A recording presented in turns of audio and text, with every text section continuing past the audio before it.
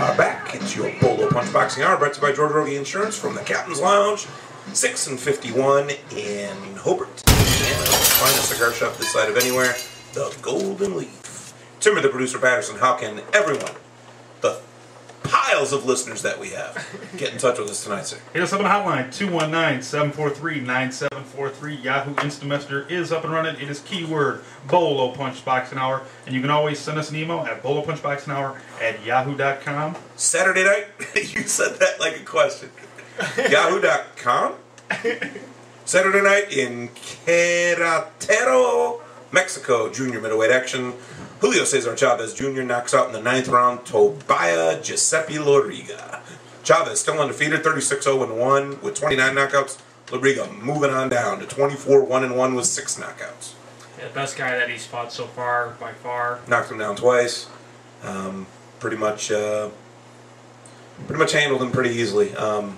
Loriga didn't offer too much. He had some heart, but he was not at any point really in this fight.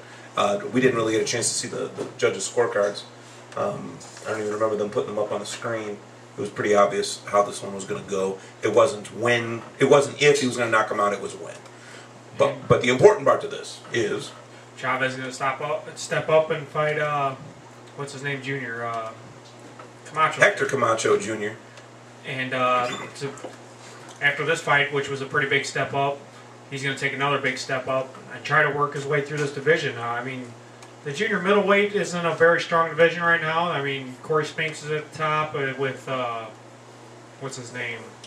Oscar, obviously, still up there, and Vernon Forrest are the 3 guys at the top of this division.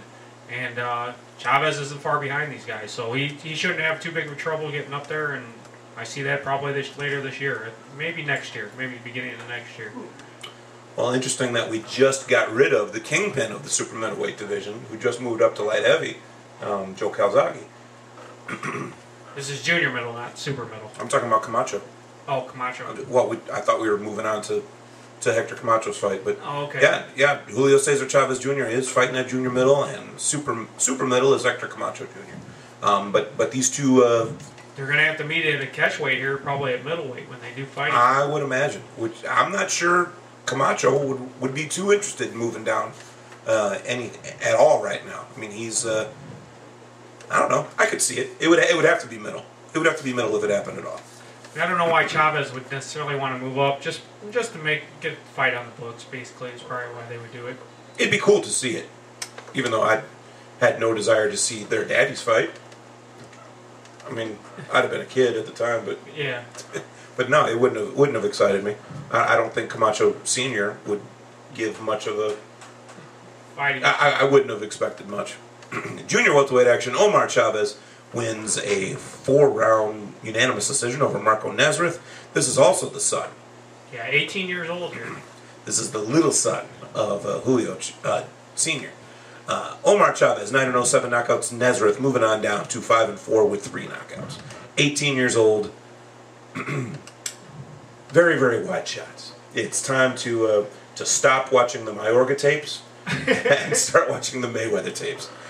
Junior lightweight action, Orlando Salido, TKO victory in the 4th round over Renan Acosta. Salido, 30-9 with 2 draws, 20 knockouts of his 30 wins. Acosta, 21-6 with 6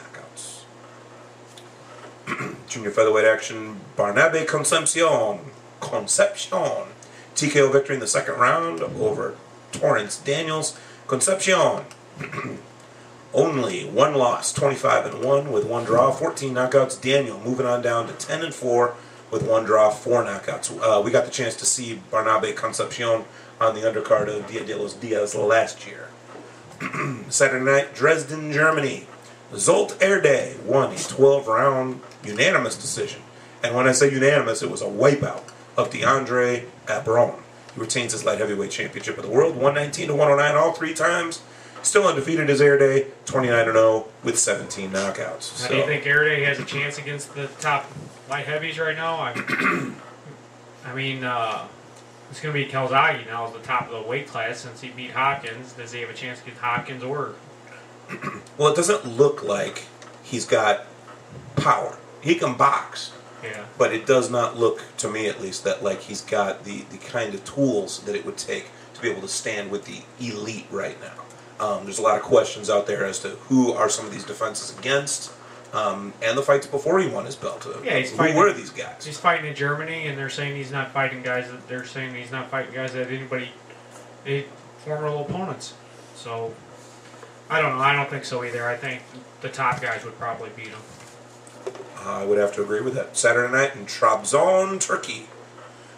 Heavyweight action, Odlandier Solis. Knockout in the second round over Mamuka Jekirashvili. And I mean that. I just figured out how to say Kardashian, and now I got to say Jekirashvili. I'm happy I didn't have to say it. So are both our listeners. Solis 9-0 with 6 knockouts. Jekirashvili 20-1 with 14 knockouts. Why do you have to list 0 draws? I don't know why they. 21-0. That's almost exciting. Just got a hit on the message board there. They want to see Amel, or they want to hear Amel pronounce that name. All right, go ahead, man. Just give it a shot. Jurassic beef. Whoever that was that wanted that, I hope you're happy, and I hope you didn't have a mouthful of beer. Friday night, New York City, New York, junior middleweight action. Andre Tsirkin, TKO victory in the 8th round over Jesse Feliciano. Talk to me. Rock'em sock'em robots. Talk to me about why fighters choose to not block by Jesse Feliciano. I swear, both of these guys, I just look like Rock'em Sock'em Robots, where they just sat there. I was waiting for one of their heads to pop up because neither one of them put their hands up in any kind of defense. And as soon as either one of them defended in the slightest bit, they won the round. Oh my God! Did you block one? Oh, write that down. You took that round. Oh my gosh! Zerkan started backing up and dancing a little bit and moving his head. He won the round. And Feliciano, basically his only defense was that back and forth or side to side movement a little bit, and that was the 1 or 2 rounds that he won. But Feliciano took a lot of punches in this. I was talking to you before the show. I think Feliciano needs to move back down a weight class. I don't think he can. He can take those punches from these guys, but he can take them a lot easier from the lighter weight class and have KO power at that weight class, like Arturo Gatti had. I would agree, and you also brought up that he has been moving up in recent fights. That super welter is actually more his flavor. Yeah. Super welter, right around that area. So yeah, Walter or maybe even Junior Walter. All I know is, if we're going to interview Jesse Feliciano, we need to do it like yesterday. Because try talking to this dude in a year or so. This dude, I don't know. I love Jesse Feliciano. I got to see him fight live in Chicago 4 years ago. And he just demolished the guy. And I thought, oh man, this is the next coming of Christ. Until I saw him fight someone that really could fight back. Yeah, someone that can hit hard. If someone hits hard, he's going to have a lot of trouble with them. Feliciano's one hell of a tough kid, though. You got to give him all the credit in the world. If he's fighting guys like Paulie Malignaggi and stuff, those are the guys at that weight class, at Junior Walter. They don't hit quite as hard. Why every time we talk about someone that doesn't hit hard, do you bring up Malignaggi? It's true, he doesn't hit hard, but he says, yeah, well, these pillow puffs, they managed to do a little better against Cotto than someone else he could name. He also has a good chin as well, Malignaggi does, but he better with punches like that. We love you, Paulie. I'm kidding about that. I'm kidding. And we're going to be meeting you in person at the Hall of Fame this year. He knows he's a boxer. He knows. And I'm a lover, not a fighter. Friday night in Toa Boja, Puerto Rico, junior lightweight Rocky Martinez wins a 10-round unanimous decision over Christian Favela. Rocky Martinez had some trouble at the beginning with Favela getting some punches in, and he had trouble with that jab getting it established. Once he got it established, then he walked over him. That's all it took. It just on and on and on to a unanimous decision. One of the judges had it 97-93. The nice thing about this Telefutura card is they had Ivan Calderon on there as their guest, and you got to see a lot of highlights from his career. And you don't get to see much of him fighting on television because he's usually on a smaller card or not even televised. And if you are going to see him, it's going to be Telefutura or Solo Boxeo or something like that. Yeah, he's a great fighter, and I love to see some of his stuff. And it was nice to actually get some of his highlights in there because you don't get to see it on HBO. Well said. You're right. And now for the sad story of the week. Friday night, Erie, Pennsylvania. How shocking that Paulie Spadafora was going to be fighting in Pennsylvania. Welterweight action. Paul Spadafora won an 8-round unanimous decision. Absolute shutout, 80-72. All 3 judges agreed against Shad Howard. Shad Howard came into this fight 13-10. Left 13-11. Yeah, Spadafora comes in here. He needed a brush tune-up fight. Yeah. Oh yeah. A tune-up for what exactly? Because he's back in jail now.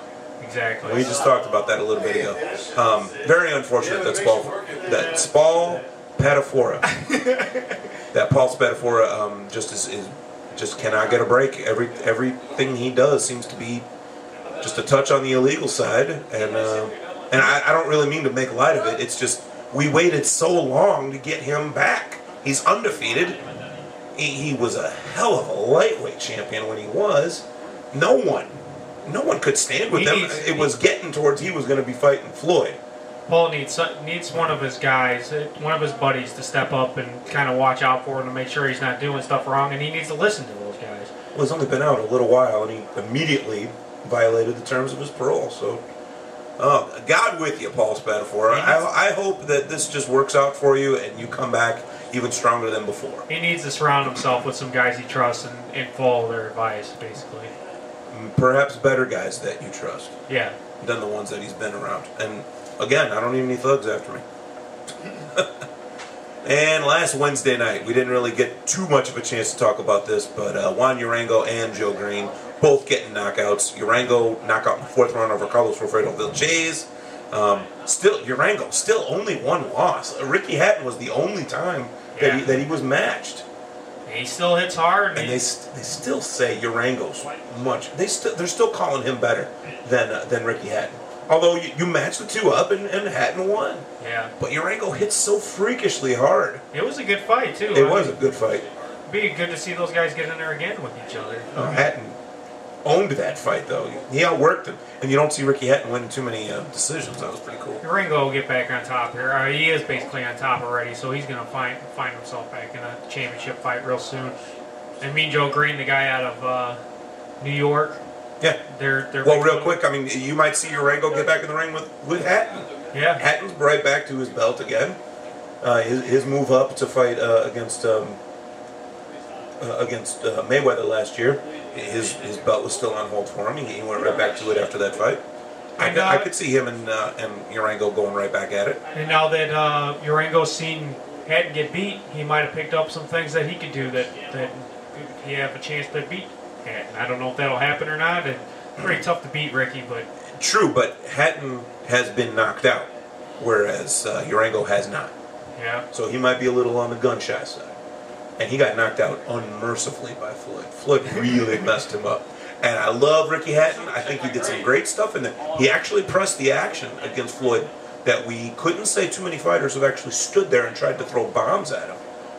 The way that Hatton, stuck his face in there and stuck his butt in there too. He shook his butt a little bit, spanked Floyd at one point. Tried to get under his skin, but you can't get under. Yeah, a lot of people say that the ref had a lot to do with that loss, but the one guy that really matters, if he said that, is Hatton, and he wasn't saying that.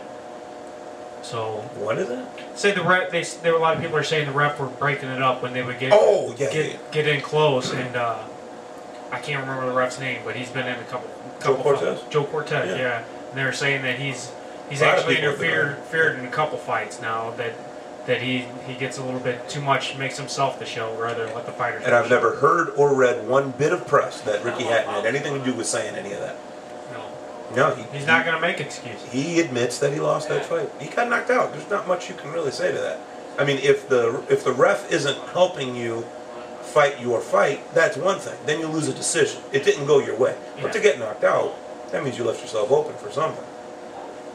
And anyway, moving on down. But actually moving on up in weight is middleweight action. Mean Joe Green, TKO victory in the 9th round over Joshua Okine. This was Green 19-0 with 14 knockouts. O'Kine 18-4 with 1 draw, 12 knockouts. Mean Joe Green's the guy to look at in the middleweight division as the up and comer. He's the guy everybody has their eyes on. He's going to be the next. They're hoping he's going to be next Jermaine Taylor. Yeah, we'll see. He's from New York, so he's going to have a lot of following behind him. The other fight that happened this weekend, well, actually it happened yesterday, was Joel Julio and Ishe Smith. Julio basically outworked Ishe Smith. Ishe Smith was landing some big punches, looking a little bit like Hopkins a couple weeks ago. Not the fluid puncher, not getting a lot of clean punches landed on him. True. But basically just getting outworked. And Ishe Smith, I think he needs to either take some weaker guys on that he can build some confidence and not have to worry about getting hit, and he could just walk through them and build his confidence up so when he fights these top guys, he's not nervous about getting hit. Because he's a strong guy. He could not lose any more weight. He's so thick at this weight class. It looks like he's on something because he's so cut. Yeah. And I don't know. He looked pretty good, though, his defensive skills. He just needs to learn a little bit more offense, it seems like. Or he already knows it. He just needs to do it. Neither Ishe or Joel was throwing too much offense. They both seemed nervous, gun shy from the other guy because they both knew the other guy could hit. But Ishe was a little bit less active, and quite a bit less active because Julio was basically working that jab throughout the whole night and just looking for an opening. But he would not open up. He would not really start throwing, and that's what a lot of the fight fans, rather, myself included, obviously, that's what we were looking for. Yeah. We were looking for him to right the wrongs that the Quintana fight exposed. It's time to step it up and actually throw some bombs in there with someone that you probably can beat with those bombs. Yeah. Ishe Smith isn't known for his incredible chin. He's known for his good boxing skills. Yeah. And he's got a little pop. Counter puncher. Yeah, he can hang back. He's definitely not going to be the aggressor, which he obviously proved here. Yeah. But both exciting fighters. It's one of those times that two exciting fighters, when paired with one another, put out each other's fire. Yeah. It just was not. It wasn't interesting to watch. And I actually had to record this was just last night. I had to record the show after it because I knew there was a game on right before. Yeah. And it sums everything up 20 minutes, and I know I'm going to get the last two rounds. Round 10. It happens all the time. I missed the last two rounds because of that, but I just figured it's the same thing as what was going on throughout the whole fight. Yeah. And I don't think I was far off from that. But Ishe Smith just needs to get in there and build some confidence. Maybe get a different trainer. I mean, he has a great trainer now. He has one of the Mayweathers in there, and he has Roger in there, but Roger might be teaching him a little bit of Floyd skills, trying to counterpunch. Oh, I can only hope. He needs to train with someone that's going to push him forward. Maybe get a Mexican trainer in there that's going to teach him. There you go. Teach him not to watch so much for those punches because you can take a couple of them. Sprinkle a little salsa on the workout. I like that. I like that quite a bit. Yeah, I mean, have him start sticking his chin out there a little bit and see what we can do.